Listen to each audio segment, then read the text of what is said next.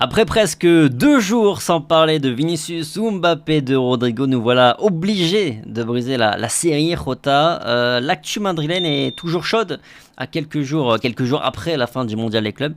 Il faut qu'on en parle. Ouais, il y a beaucoup de sujets chauds finalement sur la table malgré cette fin de saison. On a assisté à la présentation de Carreras, on a Mastantuono qui arrive et puis on a des dossiers chauds, comme tu viens de le stipuler. Donc, je suis impatient d'en parler avec toi, de rentrer dans le vif du sujet. Mhm. Bon, en tout cas, en plus de nos rendez-vous quotidiens, 12h30, vous le savez, on se retrouvera 2 à 3 fois, je pense, par semaine. En tout cas, sur les prochaines semaines, en soirée, hein, sans doute, à mon avis, à chaque fois, pour parler un petit peu de l'actu, évidemment, avec Rota. Mais avant, n'oubliez pas, on dépose son petit like, son petit à la Madrid dans les coms. Ou alors vous mettez Vive Rota, pourquoi pas. C'est vous qui choisissez, mais en tout cas, c'est bon pour le référencement, donc mettez un com. Merci, et on s'abonne, évidemment. On approche tranquillement, mais doucement, mais sûrement plutôt des 100K. Bon, plus sérieusement, d'abord Carreras, présentation aujourd'hui, c'est fait. Un dos en moins à gérer pour le Real Madrid, n'est-ce pas? Oui et non, j'ai envie de dire, parce que finalement, l'arrivée de Carreras, elle nous pose la question de savoir que va faire le Real de Fran et de Ferland Mendy. Donc, oui, évidemment, c'est un dossier clos au niveau du recrutement. Maintenant, qu'est-ce qui va advenir de ce côté gauche ou en tous les cas d'un des deux autres joueurs qui sont là? Moi, c'est un peu la question que je me pose. Donc, voilà, dossier fermé d'un côté, ouvert de l'autre. Donc, finalement, on a éteint le feu pour en rouvrir un autre. En 2 mots, tu as suivi un peu la présentation, j'imagine. Il t'a dégagé un truc en particulier, Carreras? Beaucoup d'assurance pour son âge et puis, tu sentais quand même un joueur espagnol assez à l'aise parce qu'il connaît la maison, donc pas trop, comment dire? Je l'ai pas trouvé, trop émotif, trop enjoué par l'enjeu justement.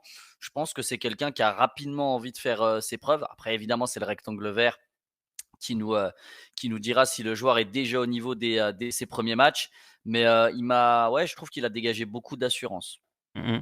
D'abord, d'ailleurs, la première information, justement, dont on va traiter, tu as fait la transition, c'est par rapport à ce côté gauche du Real Madrid défensif. On a Carras, donc aujourd'hui on a Fran Garcia aussi, on a Ferland Mendy.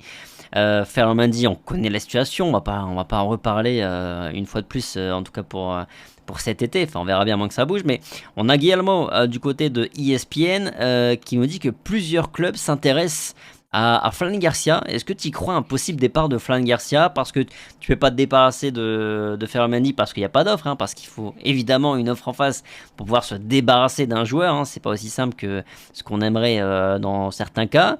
Est-ce que tu penses que là, elle peut se dire à un moment donné, bah tant pis, on va vendre Flan parce que bah, lui au moins il a une offre et il faut qu'on dégraisse. C'est une piste clairement à pas écarter. Je ne sais pas si ça se fera ou non, mais c'est une piste à ne pas écarter. Pour la simple et bonne raison que le Real peut aussi avoir des désirs d'aller chercher d'autres profils. On pense à un milieu de terrain, on pense à un défenseur central. Donc, ça peut être une monnaie intéressante, sachant que tu viens de te renforcer sur ce côté gauche. Et donc, là, à l'heure actuelle, tu as trois joueurs. Trois joueurs, voire quatre. Parce que je viens de le mettre en plus sur Twitter, je viens de faire un petit post, à savoir avec l'arrivée de Carreras, ce que les gens pensaient, ce que les gens imaginaient. Est-ce que Carreras doublure Fran, Carreras doublure Ferland Mendy ou tu vois, comment est-ce qu'il l'imagine? Et moi, l'hypothèse que j'ai, je dis absolument pas qu'un départ de Fran va se faire, mais je vois bien le club se dire: «On peut récupérer une monnaie d'échange. On a Ferland Mendy qui certes va revenir peut-être fin septembre, début octobre, mais en plus de ça, on a cette option et je suis certain que ça peut être utilisé, cette option de Camavinga qui lui, pour le moment, n'aura pas une place de titulaire, en tous les cas difficilement dans le milieu de terrain et peut jouer de sa polyvalence pour répondre à des ambitions au milieu de terrain comme en tant que piston, le cas voulu. Donc je me dis, est-ce que le Real va pas réfléchir comme ça?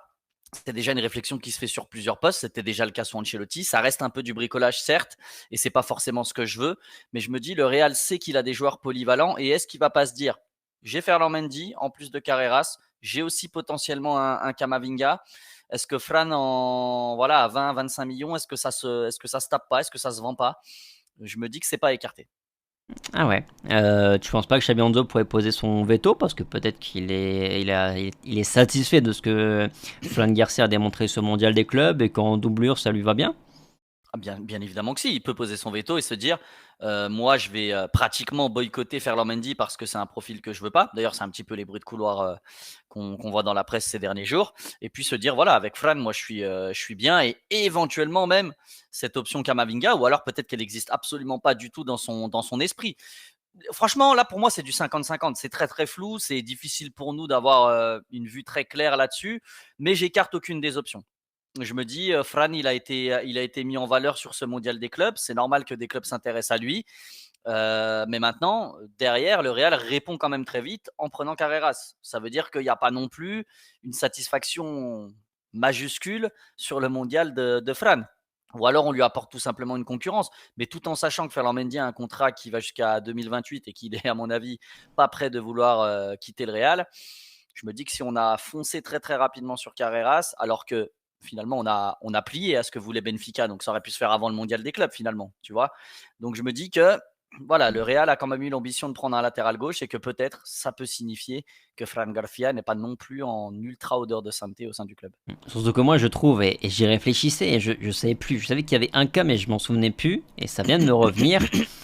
Je trouve qu'il y a un cas, hein, un cas d'école, entre guillemets, ou en tout cas un exemple, où le Real Madrid s'est séparé, entre guillemets, de celui qui pouvait être le plus utile dans son effectif, au détriment, ou plutôt au profit d'un autre. C'était Mariano Diaz et Borja Mayoral. Est-ce que tu te souviens il y a un été où Mayoral fait des trucs intéressants. On se dit bah c'est beaucoup plus pertinent de garder Mayoral dans son effectif plutôt que en doublure de Benzema plutôt que Mariano Diaz.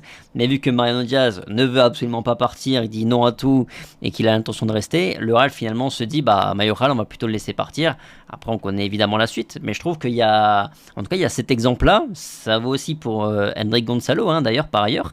On verra bien ce qu'il en découle, mais je pense de la même manière que, attention, si Hendrik ne veut absolument pas partir, que parallèlement à ça, le Real a besoin de dégraisser quoi qu'il arrive, bah, je ne serais pas totalement surpris non plus, même si j'ai plus du mal à y croire, parce que je pense qu'il y a tellement un élan populaire aussi par rapport à Gonzalo, je pense que ça jouera, mine de rien, un petit peu dans la décision du Real. Mais sinon, je me dis, attention, même Gonzalo, je ne serais pas surpris si à la fin de l'été, bah, c'est lui qui part. Pas parce que Xabi Alonso préfère Hendrik, mais plutôt parce que ben, le Real doit faire des choix parce qu'il faut dégraisser. Évidemment, alors c'est un terme que j'aime pas trop, mais c'est un peu un jeu de chaise musicale, notamment pour le poste de latéral gauche. C'est un peu l'offre et la demande, et surtout, je pense que le potentiel départ de Fran, il est lié à une volonté d'achat du Real Madrid. Si le Real ne cherche pas de milieu de terrain ou de défenseur central, alors pourtant c'est pas du tout le même poste, hein, je suis pas certain qu'il aura besoin de monnaie, même si on sait très bien que les caisses du Real vont très très bien, mais on sait aussi que le monde des transferts, c'est aussi les entrées et les sorties d'argent. Donc, si le Real arrive à faire de la rentrée d'argent avec Fran, il peut potentiellement se positionner sur un autre profil. Moi, je le vois un peu plus comme ça. Pour Gonzalo Hendrix, c'est vrai que le parallèle, il est bien trouvé. Maintenant, j'espère que ce ne sera pas le cas parce que j'espère quand même que Xabi Alonso restera sur sa volonté de profil. Et à mon avis, Gonzalo, dans l'immédiat, remplit un peu plus les casques Kendrick. Mais ça, encore une fois, comme tu l'as dit, c'est aussi l'offre et la demande. Si Gonzalo a des offres et Kendrick non, et que bah, numériquement, le Real Madrid doit se séparer d'un joueur, bah, il va se séparer de celui dont il peut se séparer, tout simplement. C'est aussi simple que ça. Donc, évidemment qu'il y a une relation de cause à effet dans ces transferts. Mais voilà, c'est encore beaucoup trop tôt pour y voir clair, mais c'est vrai qu'il y a énormément de solutions possibles.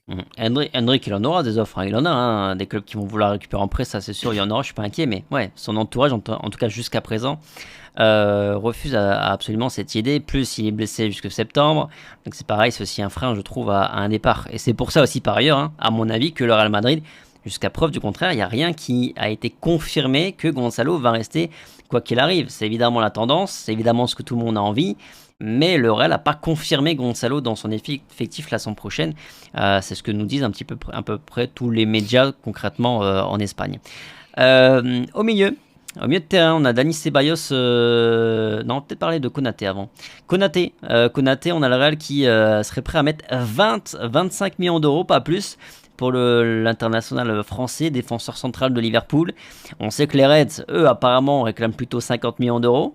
Est-ce que c'est pas une offre un petit peu radine, pour pas dire même peut-être une fausse offre, parce que tu sais qu'à Liverpool vendra pas à ce prix-là? C'est une offre où le Real a totalement raison, en tout cas. Il lui reste 1 an de contrat. Le Real est en position de force, dans le sens où le joueur fait comprendre qu'il ne veut pas prolonger. On en a déjà parlé. Si le joueur ne veut pas prolonger, il y a le risque qu'il parte gratuit. Le Real dit, vous en voulez 50. Déjà 50 pour un mec à qui il reste 1 an de contrat, aussi bon soit-il, c'est énorme. Il faut quand même se le dire, c'est énorme. Oui. Malgré le fait qu'il soit très bon, hein, c'est pas un problème ça. Mais ça reste énorme pour 1 an de contrat. Et en plus, le Real se dit, bah écoutez, voilà, c'est 25, 20-25, ou alors l'an prochain, on va l'avoir gratuit. Je pense que Florentino, il le dit un peu droit dans les yeux, de manière indirecte, c'est 25 pour vous, si vous voulez, sinon je vous fais une Mbappé. Alors, une Une Mbappé, Trent.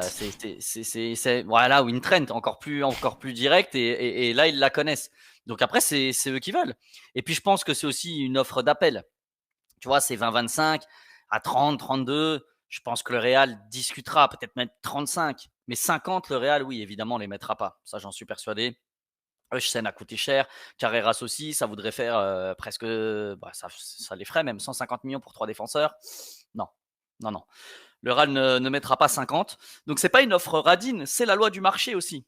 Je veux dire, aujourd'hui, Fran Garcia, on pourrait dire, attends, il est jeune, finalement, si la première ligue le veut, bah, ça peut être 40. Tout le monde sait qu'il partira pas à 40. Parce que lui aussi, il n'a pas un contrat méga long. Et voilà, c'est le jeu de l'offre et la demande. Donc, moi je pense que l'offre du Real, elle est bonne, mais c'est une première offre. Évidemment qu'à 20 millions, Liverpool n'acceptera pas, mais à 50, le Real ne fera pas de deal non plus. Comme Liverpool, je pense que 50 millions d'euros, c'est pareil. C'est une première estimation très haute pour débuter une négociation, possiblement. Est-ce que tu penses vraiment qu'à 35-40, ça peut s'entendre? Je sais pas quelles sont les ambitions du Real au niveau du central, tu vois, parce que c'est pareil. Si tu vends Fran et que tu gardes Ferland Mendy, est-ce que tu n'as pas une ambition aussi de te dire que dans une défense à 3, il peut te renforcer dans l'axe et finalement tu as Militao. En fait, tu as beaucoup d'incertitudes dans l'axe. Tu as Asensio, tu connais pas trop son niveau. Tu as Rudiger, bah, c'est pas ouf. Militao, tu sais pas dans quel état il est. Alaba non plus.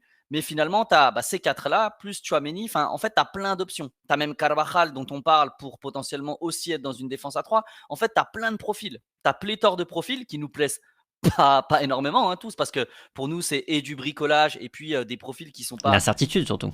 voilà, qui sont très incertains, qui sont pas super sains. Donc, nous, on est plutôt inquiets. Mais le Real se dit peut-être, comme il s'est dit l'an dernier, certainement à tort, bah si, ils sont tous en forme. Qu'est-ce qu'on fait? On en a 6, 7, 8 de profils.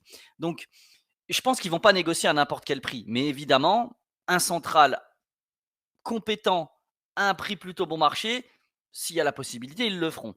Mais pas à n'importe quel prix, encore une fois. Moi, je pense que, enfin, je pense que c'est possible, mais je pense que le Real le fera pas. Je sais pas.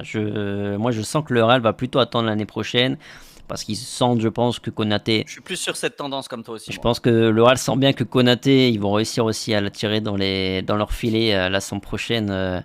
Les beaux de tout contrat, en tout cas, c'est la tendance. Après, attention, ça peut faire une Davis. Hein. Davis, pendant très longtemps aussi, C'est même vrai. à un moment donné, on a même considéré que c'était acté, en tout cas c'est ce qu'on nous disait dans certains médias, qu'il allait signer au Real Madrid, et finalement, bah, il a prolongé au Bayern. Donc évidemment, dossier à suivre. Au milieu, donc, je disais, Dani Ceballos, des petites déclarations, je sais pas si tu as vu, où il ouvre, je trouve, clairement la porte quand même à un départ au Real Betis. Bon, ça c'est le feuilleton habituel, on va pas y revenir, on verra bien. Par contre, du côté de la Cadena Nasser, Anton Meana, qui est assez sérieux, nous dit que le Real Madrid a conscience du fait qu'il a besoin d'un milieu de terrain, J'espère bien. mais ils n'ont repéré aucun profil convaincant. Est-ce que ça appuie pas cette histoire? Ça pue pour le recrutement d'un milieu, mais je vais te dire très honnêtement, j'ai réfléchi Ah, tout à l'heure au milieu de terrain, potentiellement prenable pour le Real. Et honnêtement, j'ai pas sorti 150 profils non plus. Pourquoi? Parce qu'il y a les profils trop chers. Il y a les profils qui sont tout simplement impossibles parce que bah, pas de volonté de signer et aussi trop cher, des Vitinha ou ce genre de profil que tout le monde, dont tout le monde rêve. Et puis il y a les profils un peu espoir, mais je pense que le Real a besoin d'un joueur affirmé, confirmé, avec de l'expérience. Plutôt bon marché, quoique je pense que le Real pour un milieu peut aller à 60-70 millions d'euros s'il y a une vraie opportunité de marché. Mais aujourd'hui, quelle est-elle? C'est quoi l'opportunité de marché?